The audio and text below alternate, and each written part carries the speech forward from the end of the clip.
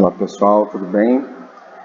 Nesse pequeno vídeo nós vamos falar um pouquinho sobre as diretrizes do Programa de Ensino Integral da Secretaria de Educação do Estado de São Paulo, e essa síntese aí é dedicada especialmente para os estudantes, mas também para os docentes que queiram conhecer um pouco mais sobre o programa. Bom, como missão da escola, e aqui é a missão da nossa escola, mas que também se aplica às demais unidades que integram a rede do Programa de Ensino Integral, ser o núcleo formador de jovens. Então, a missão é ser o núcleo formador de jovens, primando pela excelência da formação acadêmica. Então, a formação acadêmica é um dos eixos norteadores do programa. Pelo apoio integral aos projetos de vida. O projeto de vida perpassa todo o programa de ensino integral, né? Não só nas disciplinas de projeto de vida, mas também em todas as disciplinas, eletiva, tutoria, pedagogia da presença, as demais disciplinas sejam do projeto Inova, sejam da base comum. Pelo aprimoramento dos alunos como pessoa, e aqui é a questão da cidadania, né? É a formação integral do estudante, pela sua formação ética, pelo seu desenvolvimento de sua autonomia intelectual e pensamento crítico. Então vejam que a escola do programa de ensino integral tem como objetivo a formação integral do estudante, nas suas mais diversas dimensões, tendo o projeto de vida como eixo norteador, passando pela formação acadêmica, pela formação ética, pela autonomia intelectual do pensamento crítico, e vale destacar também as habilidades socioemocionais já contempladas nos currículos anteriores e de maneira mais forte agora no novo currículo paulista. Essa imagem é uma síntese do objetivo principal da Escola de Ensino Integral. Então, formar o jovem protagonista. O jovem protagonista é aquele que é autônomo, ele é solidário e competente. Para que isso ocorra, a excelência acadêmica, a busca da excelência acadêmica desse estudante junto ao seu projeto de vida, elas são importantíssimas. E para o desenvolvimento da excelência acadêmica e do projeto de vida, nós temos a base comum, nacional comum, curricular, e a parte diversificada, né, que compõe aí o projeto Inova e outras metodologias do programa de ensino integral, especialmente a tutoria, a eletiva, a pedagogia da presença. São momentos singulares aí para um desenvolvimento e para uma proximidade maior entre o docente e o discente, né? A eletiva enquanto escolha, e também a gente não pode esquecer dos clubes juvenis, na qual o aluno também desenvolve ali de maneira autônoma atividades com sua turma. A base do programa é baseado em 3 pilares: princípios, premissas e valores. Então, princípios aqui, de maneira resumida, os 4 pilares da educação para o século XXI, pedagogia da presença, uma educação interdimensional e o protagonismo juvenil. Como premissas, nós temos a formação continuada, a corresponsabilidade, o protagonismo, a excelência em gestão e a replicabilidade.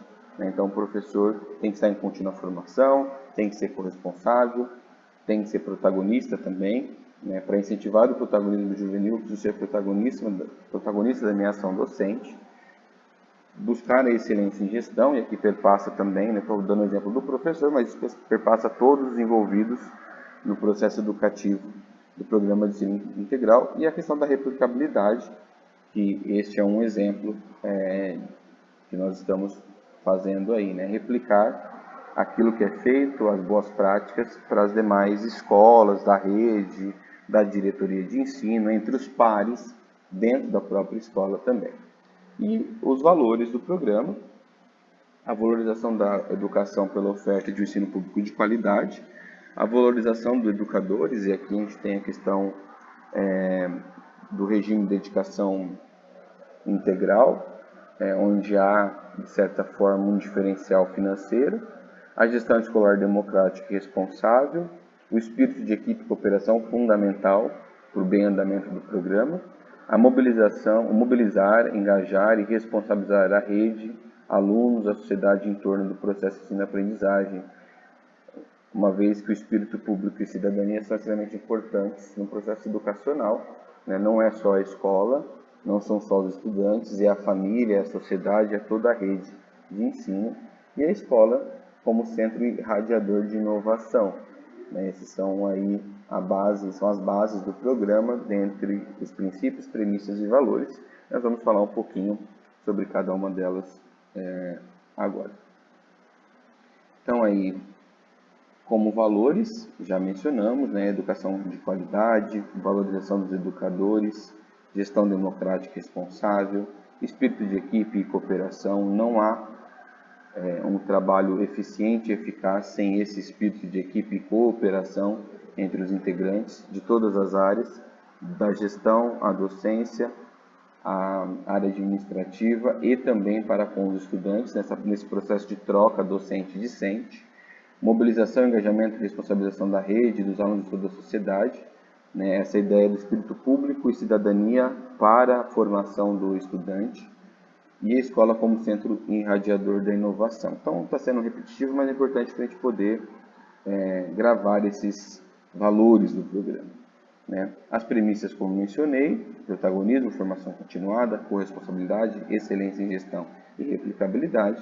E os princípios: 4 pilares da educação para o século XXI, pedagogia da presença, a educação interdimensional e o protagonismo juvenil.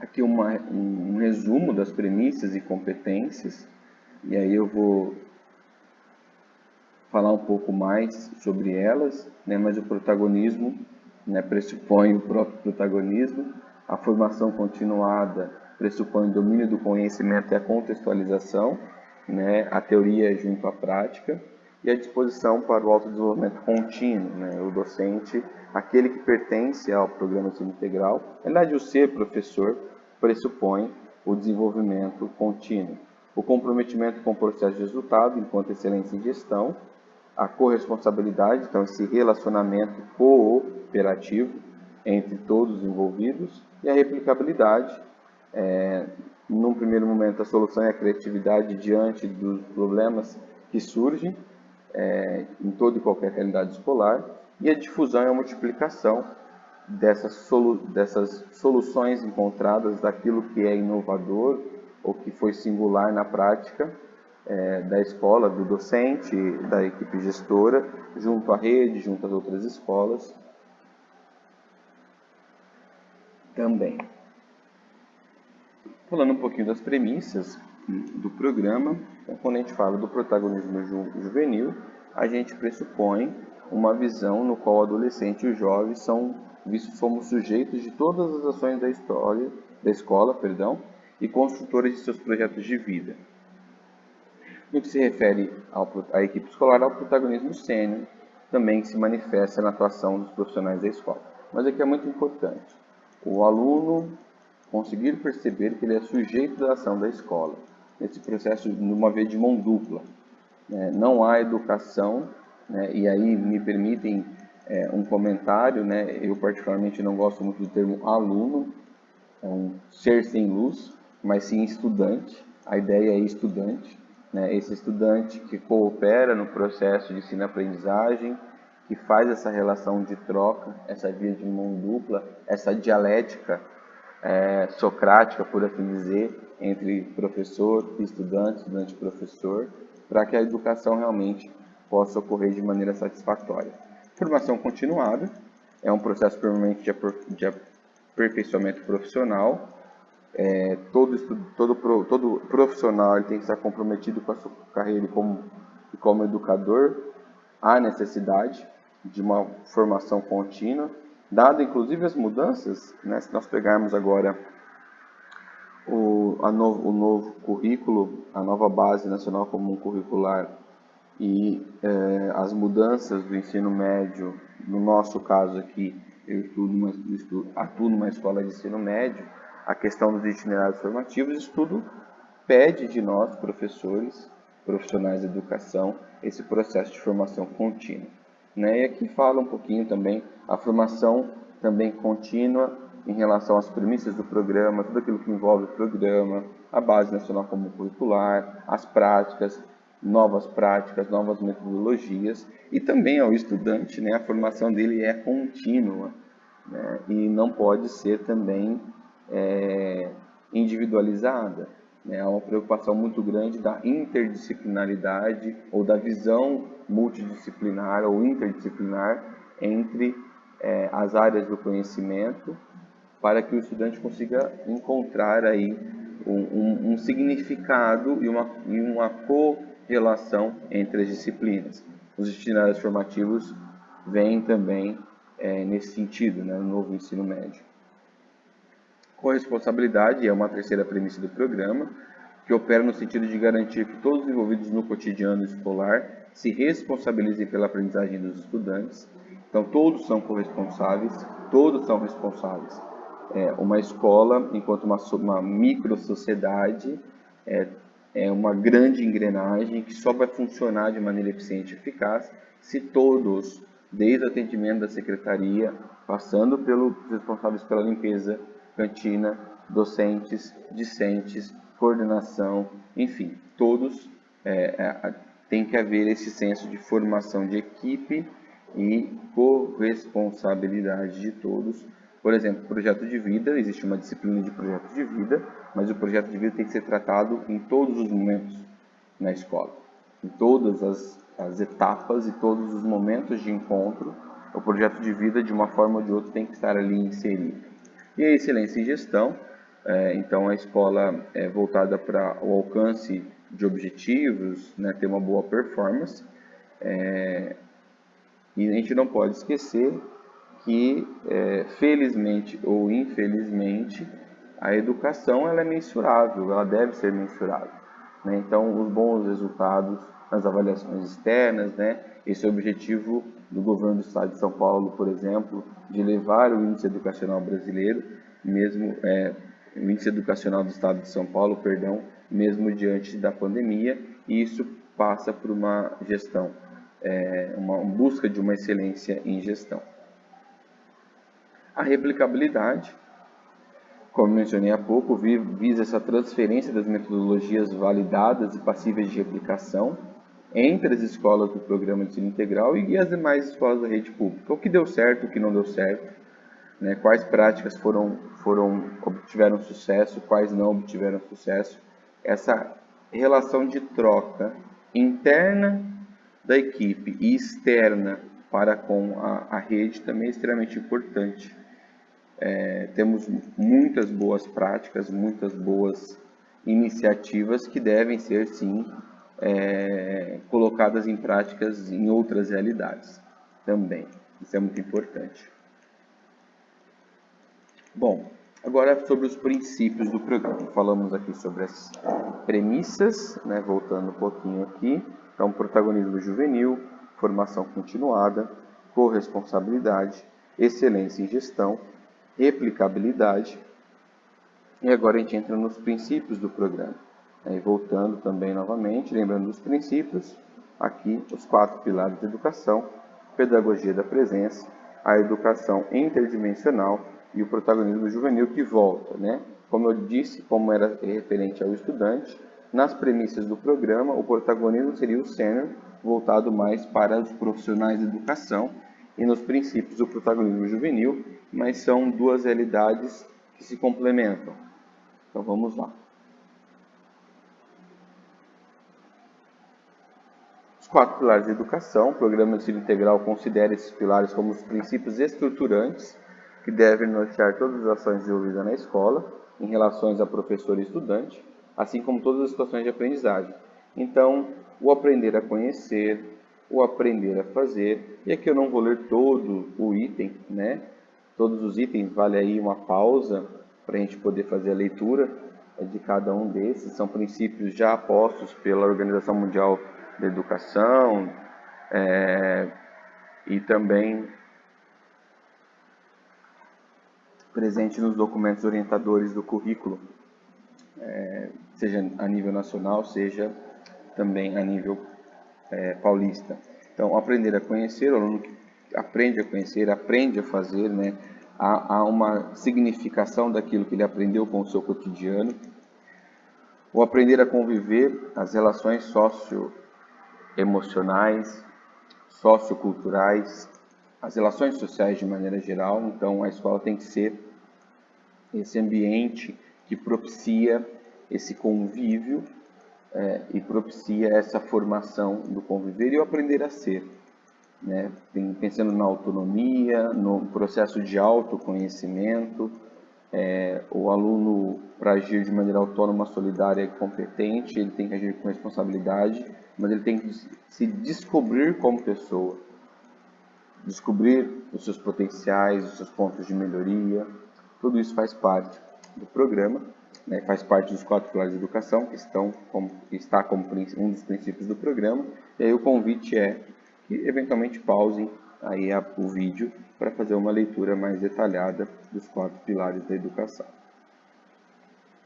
Na sequência nós temos a pedagogia da presença, também não vou ler tudo, né? Mas basicamente a pedagogia da presença é justamente isso, né? É uma prática pedagógica a qual o professor se faz presente no cotidiano do aluno, nos momentos oficiais de aula e nos momentos outros, nos intervalos, em todos os momentos que envolvem a escola, o professor deve estar ao estudante, de maneira em que ele se faz presente na vida desse aluno e que o processo de ensino-aprendizagem se torne mais significativo.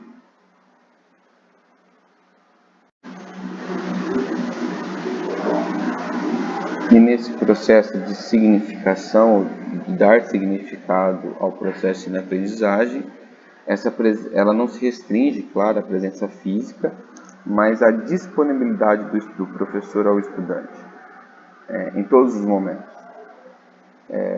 Aqui é muito interessante o professor estar nos intervalos, estar com o estudante, estar disponível ao estudante, seja por mecanismos eletrônicos de comunicação também, né? E aqui só uma leitura breve, também sugiro que pausem e façam a leitura.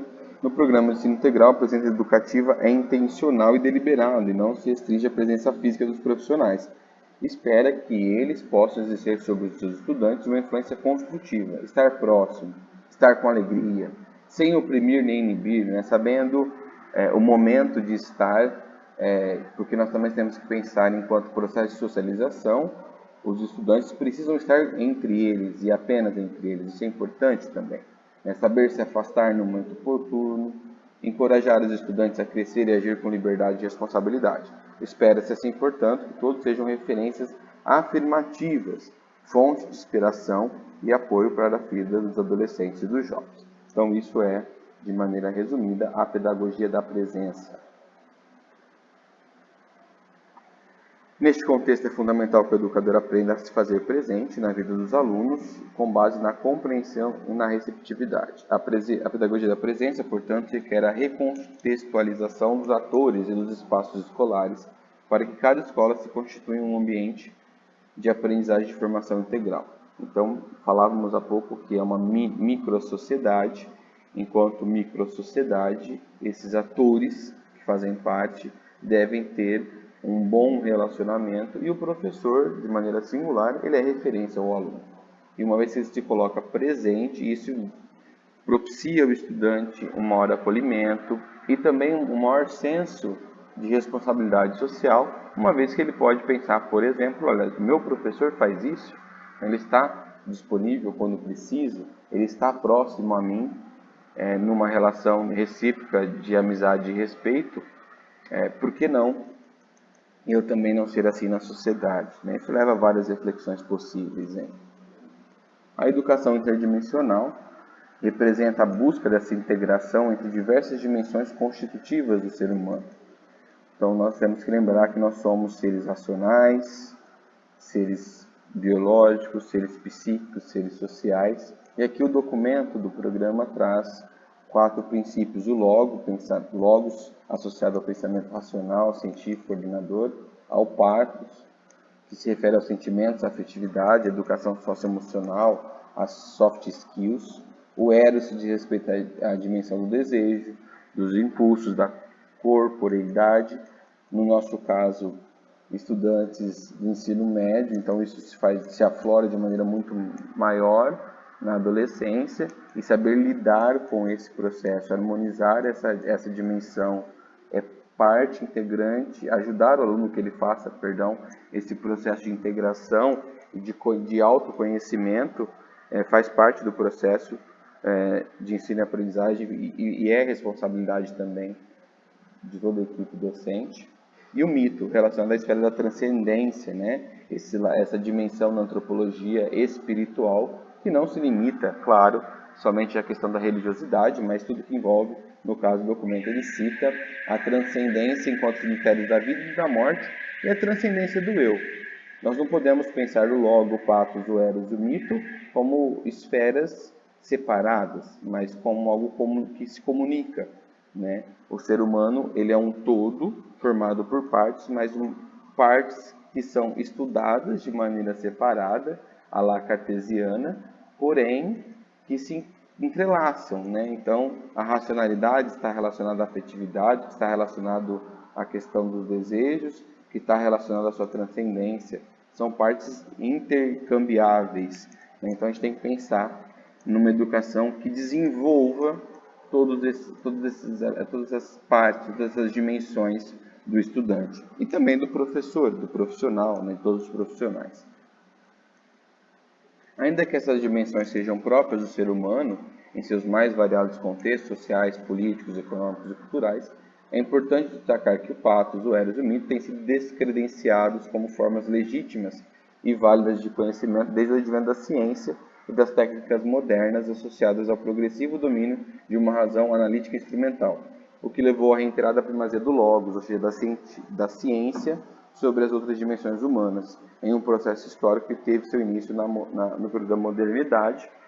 Nós temos que recordar o Renascimento, o nascimento das ciências com Francis Bacon, com René Descartes, e como isso pode ser prejudicial. Ficar apenas na esfera racional, no que a gente chama hoje de hard skills, habilidades técnicas, e esquecermos as demais dimensões do ser humano, corremos o risco de fazer uma formação capenga, uma formação deficitária. O ser humano é esse todo e deve ser assim considerado no processo educativo e formativo. O protagonismo juvenil, já falamos no início.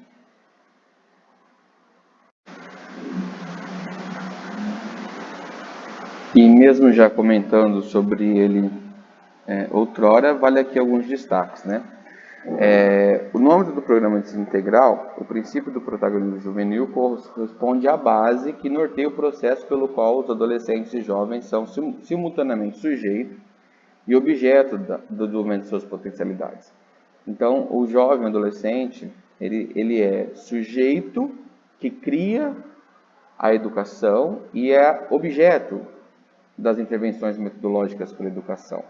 Segundo esse princípio, é necessário promover espaços e condições que possibilitem aos estudantes o envolvimento direcionado a soluções de problemas reais, que atuam com fonte de iniciativa, liberdade e compromisso, para que ele seja de fato, né, para que a formação esperada de sujeito autônomo, solidário e competentes se realize. Alguns exemplos práticos da onde o protagonismo do jovem ocorre na escolha de uma eletiva, por exemplo.